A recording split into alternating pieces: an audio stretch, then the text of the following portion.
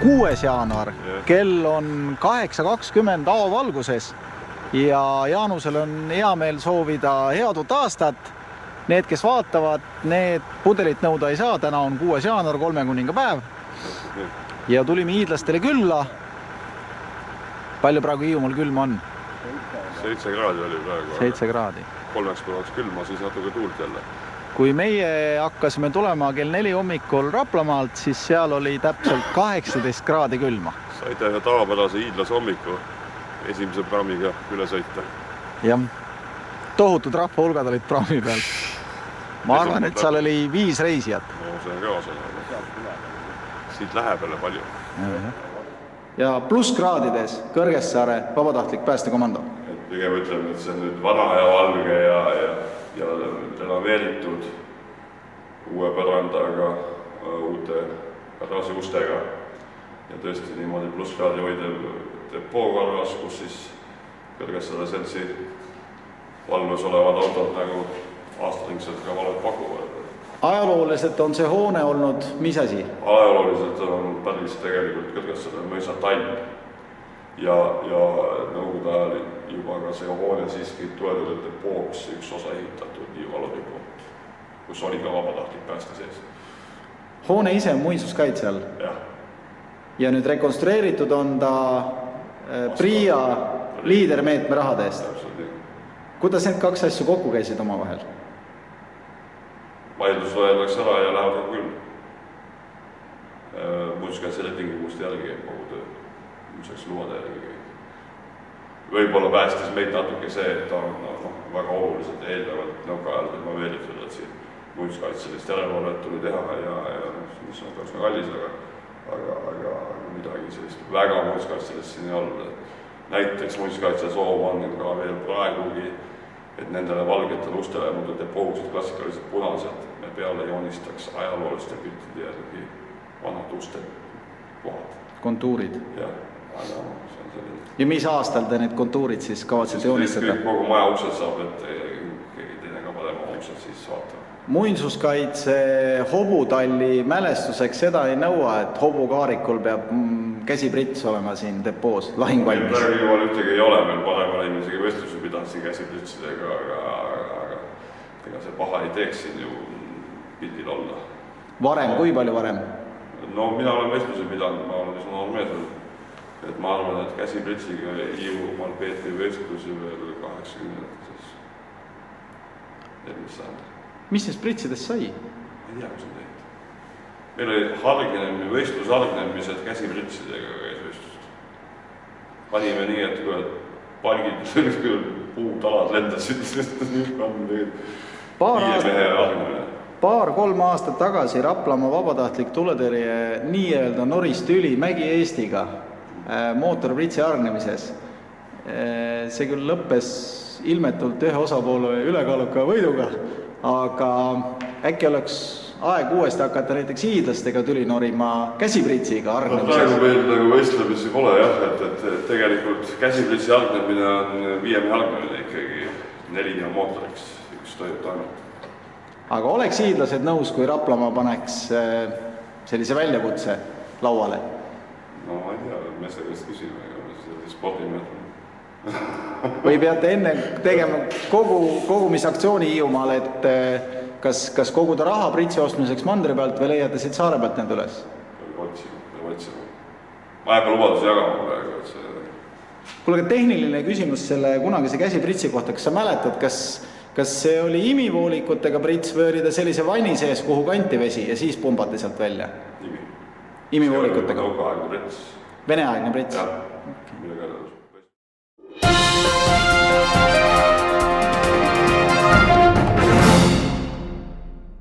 Jaanus, sinu käes on mis asi? Siin leiti, et Lääne piirkonna 2014 aasta tegija on Kõrgessaare selts ja siis saime sellise aukiivri, mis pole veel töös käinud, aga küll ta varsti läheb. Tegija 2014, aga mis plaan on? Panete kiivri töösse ka? Absoluutselt. Aga miks? Kui on vaja, kui rohkem mehe vedas. Tegelikult meil on siit pärast ei paista, aga meil on juba ikkagi ka sellised töökiivrid olemas. et kui ikka läheb rohkemaks rabelemiseks, võib-olla siis paneme töös. Just kiivriga seoses tekkis mõtetevahetus, et kui ta on praktiline asi, siis on ju kiusatus seda kasutada, samas ta on tunnustus, ta on meene, ta on ajalooline ese. Kuidas sina sellesse suhtud? Ja ma olen praktilise asja poolt igal juhul, et noh, ilmselt enamus seltsid, kes selle unust on saanud, siis hoiavad nagu meenena, aga alati peab jääma võimalus ka praktiliselt kasutusasi võtta, kui vaja. Viimase hädavariandina. Viimase hädavariandina. Kirves selle kiivri kõrval. No, räägi sellest. Eks riigisad käivad ka ühe külas ja kengiga lähevad ka praktilise asju, nii et siseminister käis ka vaatamas, kus Hiiumaa vabaduskult teevad. Milline minister? Ma mõtlen nii kiiresti, kus mõtlen, kes nüüd oli Pehver. Siseminister? Siseminister ikka, jah. Räägime Kõrgessaare autodest. Sinu selja taga on 2 masinat.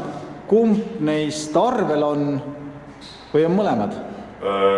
Siin selja taga, mis paistavad praegu siis 266, Kõrgessaare 31 ja need mõlemad autod on praegu arvel valves ja üks siis põhiautona 31 ja teine Pagina 21. Nüüd see tagumine suurem auto, Magiirus, seda oleme meie näinud ka Kõpus. No Kõrgessaare omapära ongi see, et me suveperioodil ja soojaperioodil pakume valvet 2 punktis ja Kõrgessaare selts siis siit Kõrgessaarest veel 25 kilomeetrit eemal Kõpus ongi see Magiirus tööd siis seal nagu paagi ja põhiautona valves ja siis sel hetkel pakub siin valvet 31, 31 ja 32. Mõlemad autod on siis riigikutselise pääste poolt üle antud Kõrgessaare seltsile. Tehniliselt korras Magiirus tööds oma omadust, et põhiauto, aga paagimahud on ta siis kirjas paagina, valves paagina. Kui suur veemaht tal peal on? Tal peaks olema 7,5 tonni. 7,5 tonni vett. Mis selle auto algupärane päritolu on? Algupärane päritolu ilmselt kutselist ajal toodi ta Bornholmi saarelt ja oli Bornholmi lennuvälja, kus sõud. Ja täna teil on ta soojal ajal Kõpus, sest külmal ajal ei ole veel Kõpus talvist hoiukohta, ei ole depood, et see on nüüd järgmise perioodi nagu üks põhiprojekte, et kuidas me suudame tagada aastalikse Kõpu valve, sest ta jääb nii kaugele juba Kärdlast pea 50 kilomeetrit põhiriiklikust kamandast ja meist ka, et see on oluline, et Kõpus oleks aastalikne valve. Kõrgessaarest 25 versta, aga sealt edasi järgmise tuletõrjepunktini on? Tuletõrjepunkti järgmist pole, järgmine tuletõrjepunkt on Rootsis, aga kui nüüd ringiga Hiiumaale? Et Emmastesse veel tuleb sealt peaaegu 50 ja Kärdlasse ka peaaegu 50, nii et ta on siin kõige kaugem ots. See Magiirus on teil soolokabiiniga? Jah, 3 mehega. 3 mehe kohaga? Ta on ikkagi suure kabiiniga 4 ka sisse, kõrgkoodi palju sisse panna. No 4 mehe peale ma kardan, et liikluspolitsei saab mõnevõrra kurjaks. Nende autode peale ei saa kurjaks keegi küll. Hiidlased hoiavad kokku. Nii, Jaanus, nüüd oled sa suure hulga päästevarustuse ees ja teadupärast aasta lõpus tuli välja Siseministeeriumi pressiteade, et Siseministeerium eraldab Eestimaale vabatahtlikele nii-öelda projekti raha ja selle eest siis kõik maakonnad said soetada omale varustust. Mõnel võib-olla tekkis küsimus, et äkki see on mingisugune nii-öelda katusraha jagamine, aga samas siin ees on näha ikkagi täiesti asjalised asjad. Mismoodi teil Hiiumaal see projekti läbiviimine käis? See oli skeem paigas, eks ju, tõesti esmakordne Siseministeeriumi selline lausrahastus. Mitte väga suhtes osas, aga summas, aga väga selline teretulnud ja hiidlastele paratamatult meeldivad projektid, kus kõik maakonnad saavad võrdselt rahastatud. Sellepärast, et see on hulga vähem loomulikult, kui on ta siis Rapla või Läänemaal, aga üks väike kaasaskantav pump, mis on planeeritud tegelikult panna 66 peale, et ka sõitu auto pealt teha kulukustutustöid, 220 kahetoiteline elektrigeneraator, teatavasti on meil ka tormirajoon, siin võib voolukatkestuse olla, kus on vaja. Ja ujupump loomulikult, et ka siis loodusoludes ka madala veega ikkagi vee kätte saada ja kas või toidet pakkuda, et tihtipeale oleme ikka metsamaa piirkonnas, kus autode ligipääs on ikka väga raskendatud ja loomulikult meie tormisoludes saed, et 2 uskuvad 5-4-5 võtsime ja üks käppu teine kõrges saada. Sa tõstsid siia kõrvale ühe kanistri, äkki võtad korra selle kätte, näitad, millega tegu on. Mis asi see on? 2 ja see on üks saebensiin, mille spetsiaalsaevsegu bensiin, loomulikult natuke kallim kui tanklast osta, aga selle omapära on see, et olukorras, kus me nagu iga päev bensiini ei kasuta, iga päev saega tööd ei tee, see bensiin püsib ja see võib sul rahulikult koos seista, oodata järgmist. Ta on juba kokteil koos õliga? Ta on valmis kokteil, jah. Ja ta seisab kaua ilma, et vaigustuks ja ummistaks ära? Ja hea küsimus, aga aastak ei tee midagi. See rahastus tehti Siseministeeriumist läbi maavalitsuste? Tähendab, seda ei antud Päästeametile, see tehti otse või teist kanalit pidi. Mis on sinu arvamus? Kas see on hea mõte, on see halb mõte, kas täiendav rahastus? On ta sõltumatu? Hiiumaa puhul küll. Ma ei räägin teiste maakondade osas kaasa, aga Hiiumaa puhul on see skeem toimis väga hästi ja kuna ütleme, Hiiumaa puhul on väga asi ikkagi merepääste väga oluline teema ja need on 2 lehes praegu, üks Päästeametil maapääste, teine merepääste pool Politsei- ja Piirivalveametis, siis oli see Hiiumaa puhul on väga mõistlik, et see oli maavanema ja kõik osapooled olid kaasatud. Räägi Kõrgessaare väljasõidu koormusest. Kui tihti teil on asja tulekahjul? Ei saa öelda, et meil metsigi rabelemine kogu aeg käib, et ma praegu niimoodi statistiliselt ütleb, möödunud aastal oli suhteliselt siiski suveperiood üsna tihe, oli metsa ja oli hästi palju suurõppusi. Aga ülemöödunud aastal oli hästi lahja ja pigem nagu selline riigi must huumor, et teil ei põle ju, miks teil poosi vaja. Et see on sedapidi, et ei ole väga tihe ja viimase ajal praktiliselt on väljakutset, kuna me reageerime ka näiteks Kärdla 2. astmele ja kogu piirkonna 2. astmele, siis reeglina käib see, et sa saad autolina välja ja siis tulevad poijuva, et jälle kartulkõrvet. Aga viimane kartuli kõrvetamine oli millal? Üleeile. Ja mis kell siis? 3:30.